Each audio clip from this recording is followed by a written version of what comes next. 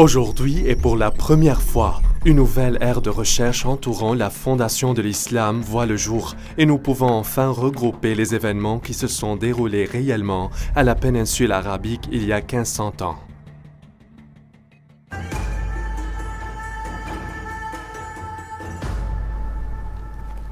L'écrivain et l'historien Dan Gibson a vécu la majeure partie de sa vie au Moyen-Orient. Il a fait des recherches profondes concernant les peuples et les endroits dans l'ancien monde avant l'islam.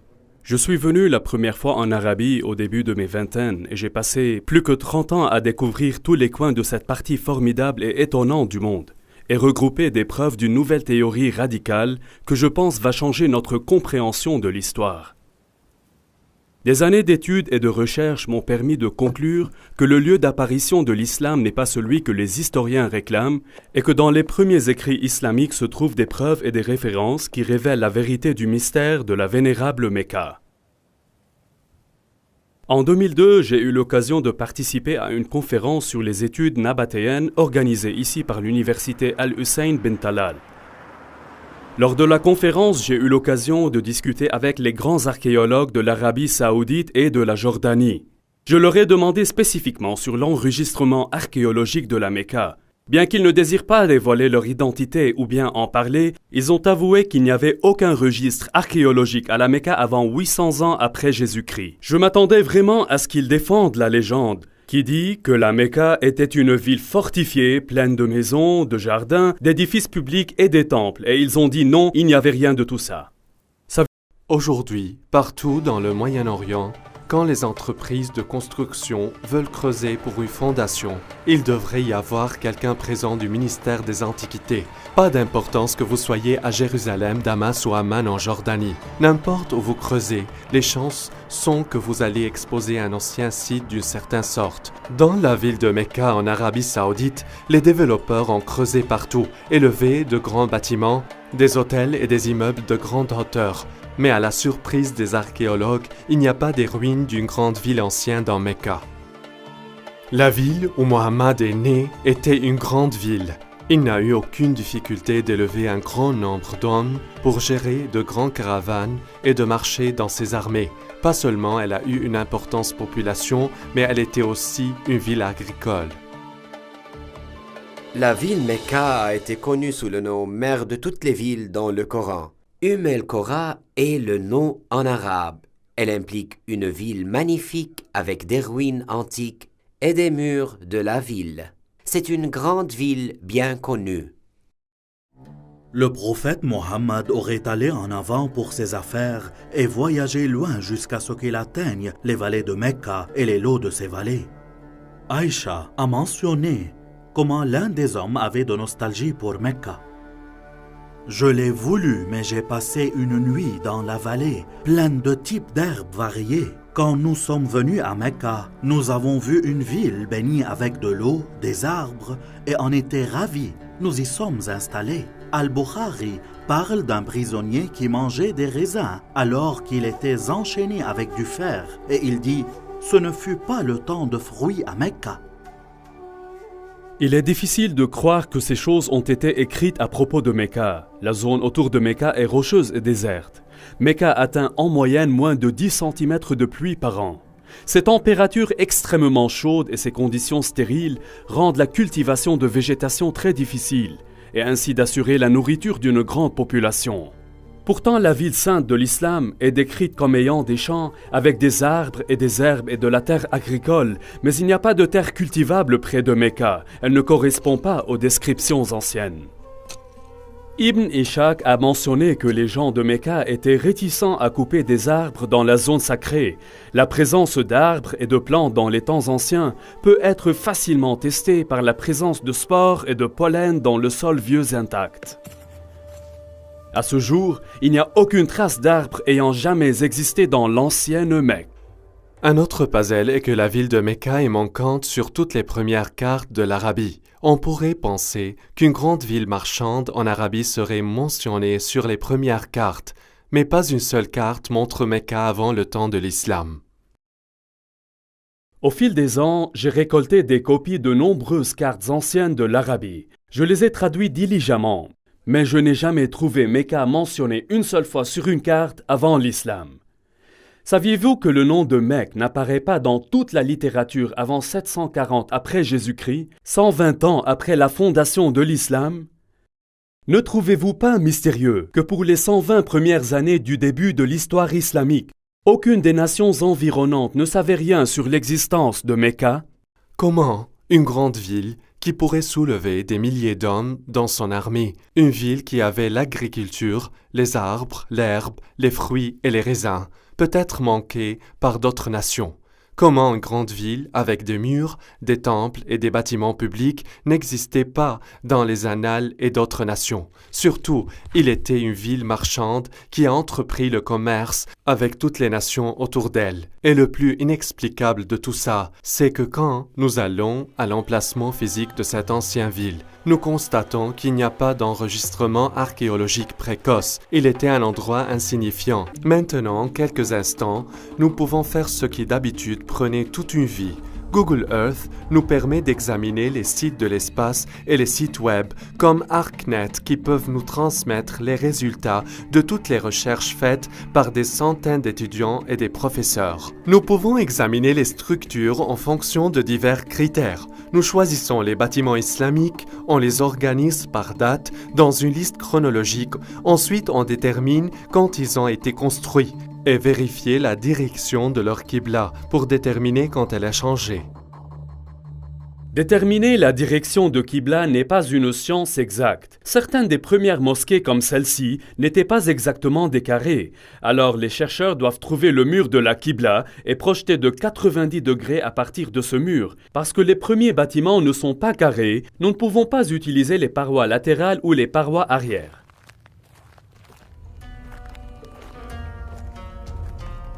Ceci est le mihrab d'une ancienne mosquée. Les premiers Arabes déterminaient la direction de Qibla en utilisant les étoiles et ils étaient très précis. La meilleure façon de déterminer la direction de Qibla est de visiter les mosquées et d'utiliser un système de positionnement global. Pas chaque précoce mosquée peut être utilisée pour cette étude. Beaucoup d'entre elles étaient totalement reconstruites en prolongation, si bien qu'il ne soit plus du tout possible de déterminer la direction originale de leur Qibla. On peut facilement déterminer la direction de Qibla, qui ne pointe pas vers Mecca ou Jérusalem. Maintenant, nous allons mettre tout cela ensemble sur une seule carte. Le résultat est étonnant. Au cours des 100 premières années de l'islam, 100% de toutes les mosquées survivantes que nous avons localisées jusqu'à maintenant font face à une place dans le sud de la Jordanie plutôt que de Mecca, du nord-sud et ouest. Toutes les mosquées se dirigent vers un seul endroit. Ce n'est pas une petite erreur dans la détermination de la direction de Qibla, car toutes visent spécifiquement à un seul endroit. Directement sous ce point se situe l'ancienne ville de Petra. C'est une ville qui est bien connue pour nous aujourd'hui. Elle est un site touristique populaire. Les touristes viennent de partout dans le monde pour admirer les grands temples et les monuments de cette ville. Serait-ce que Petra est la mère de toutes les villes décrites dans le Coran? Elle a été au centre des anciens pèlerinages arabes. Alors Petra pourrait être aussi le lieu de naissance de Mohammed et la ville fondatrice de l'islam. Dan, c'est étrange. Vous dites que c'est Petra, mais Bukhari dit que c'est Jérusalem. Que devons-nous penser? Comment pouvons-nous accepter cela quand Bukhari dit que c'est Jérusalem? Chaque bon musulman me dit que les musulmans se sont habitués à prier en faisant face à Jérusalem. Ils le savent parce que Bukhari leur a dit ça. Et je suis d'accord. Bukhari dit que c'était Jérusalem. Mais Bukhari a écrit cela 200 ans après Muhammad. Et il l'a écrit plus de 100 ans après que le changement de Qibla a eu lieu. Il n'est donc pas un témoin oculaire, il est tout simplement le collecteur de ce dont les gens se souviennent. Et il a noté en fait plusieurs idées contradictoires qui circulaient à cette époque-là. Si Petra est la ville sainte de l'islam, alors il devrait y avoir des preuves de la tribu de Mohammed et Quraysh autour de Petra. Si Dan Gibson peut trouver la tribu de Mohammed, il soutiendra grandement sa théorie que Mohammed était de la région Petra et non de Mecca.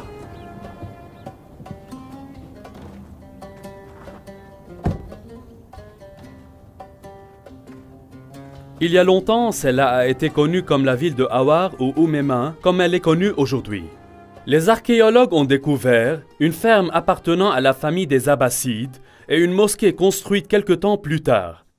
Quand les musulmans de l'Irak actuel ont vaincu les Omeyyades de Damas, ils voulaient un membre de la famille de Muhammad pour soutenir et légitimiser leur révolte. Et alors, ils sont venus ici, pour Oumema, 27 000 de Petra. C'était là qu'ils ont trouvé la famille de Muhammad et la tribu Quraysh. Ils ne vont pas à Mecca en Arabie Saoudite ou bien à Médine. Ils sont venus ici, à Oumema, 27 000 à l'extérieur de Petra. C'est là où ils ont trouvé la tribu Quraysh et la famille de Muhammad, pas en Arabie Saoudite. Jusqu'à présent, nous avons découvert que les premières mosquées de l'islam toutes faisaient face à la ville antique de Petra. Mais est-ce que la ville de Petra s'adaptait aux descriptions islamiques de la ville sainte d'origine de l'islam? Ce qui est étrange est que Mecca n'a pas été mentionnée toutes ces années ni dans les livres de la littérature ni dans les livres islamiques. Elle n'a été mentionnée que lorsque le changement de la Qibla a été fait. Ceci est une chose très étrange. Les gens se demandent de la raison. Elle devrait être mentionnée dans les livres et les histoires islamiques, mais elle n'a pas été mentionnée que lorsque la Qibla a été changée. Cela est très étrange. La grande mosquée suivante a été construite à 32 km au sud d'Amman en Jordanie. Celle-là a été connue comme le palais et la mosquée Mashta, et il a été construit en 743 après Jésus-Christ. Comme vous pouvez le voir, il était un très grand et impressionnant palais omeyyade, avec la mosquée située dans la partie sud de la structure, en face de Petra. En effet, l'ensemble du complexe fait face à Petra. Ce qui rend cela intéressant est qu'il semble que l'islam est maintenant divisé en plusieurs groupes. Il y avait les traditionalistes qui ont construit leur mosquée comme celle-ci, face à Petra, mais il y avait des réformateurs dont les mosquées faisaient face à Mecca, et il y avait d'autres qui ne sont pas dans les deux groupes, et ils ont refusé de choisir l'une de ces qiblas. Pendant ce temps, un changement important a eu lieu dans l'histoire islamique. Les dirigeants omeyyades de l'islam à Damas ont été vaincus par les Abbassides de Koufa. En 754 après Jésus-Christ, le nouveau calife Al-Mansour a commandé la construction d'une toute nouvelle capitale de l'Est, en choisissant Bagdad en Irak comme son site. Si vous n'êtes toujours pas convaincu, je veux vous montrer quelque chose d'autre. Vous souvenez-vous quand nous avons discuté de la deuxième guerre civile islamique, Ibn Zubayr se barricade dans la ville sainte, et l'armée syrienne omeyyade l'entourait et la gardait pendant 4 mois. Au cours du mois d'octobre, les Syriens ont apporté une catapulte jusqu'au mur de la ville où ils ont lobé les rochers tout droit dans les lieux saints de l'islam. Comment est-ce possible? Normalement, les gens vivaient derrière les murs de la ville. Une catapulte écrasait tout simplement les maisons des gens. Mais dans ce cas, on dit que la catapulte a frappé les lieux saints de l'islam dans le centre de la ville. Comment est-ce possible? Eh bien, ici à Petra, il y a une caractéristique unique. Petra avait des murs au nord et au sud. Les murs de la ville ont traversé la vallée. Mais au nord, les murs n'atteignaient pas tout le long du chemin vers le canyon, car il y avait un cours d'eau qui traversait le canyon. Je crois que les Syriens ont apporté leurs catapultes tout droit dans la rivière asséchée, à l'endroit où ils pourraient lancer les rochers au cœur même de la ville pour attaquer la Kaaba et les lieux saints de l'islam. Les archéologues de l'université Brown ont creusé ici à Petra depuis de nombreuses années.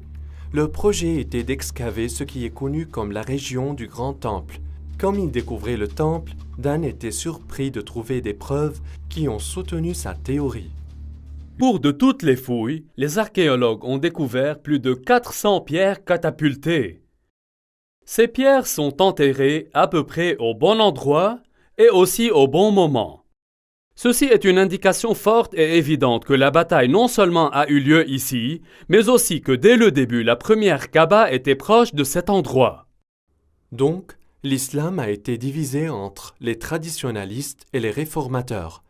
Les traditionalistes ont prié en direction de Petra en Jordanie, et les réformateurs ont prié vers Mecca en Arabie Saoudite, et d'autres délibérément choisissaient une voie médiane.